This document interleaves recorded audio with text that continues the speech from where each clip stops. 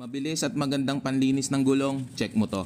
Share ko sa inyo mga idol yung isa sa gamit ko na panlinis ng gulong. Pag nagmamadali ka at kailangan mo linisin yung gulong mo, mapasasakyan man yan o motor, spray mo lang po, tas hintayin mo lang bumaba o punasan mo, goods na po yan, malinis na po kagad. At pag natuyo po siya, para na rin po siyang naka-tire block, back to black po yung mismong gulong po natin. Nakakaalis po siya ng mantsa o yung pamumuti po ng gilid ng gulong.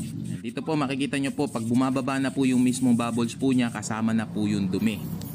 At makikita nyo po talaga yung pinagkaiba ng in-applyan sa hindi. At kahit po sa mga mattings, ito po yung ginagamit ko po. Sprayin nyo lang po, mabilis pong malilinis yung mattings nyo po. O yung mga rubber parts o plastic parts ng mga sasakyan o ng motor po natin. Pwede po siya. Pagka-spray, punas, malinis na po kagad.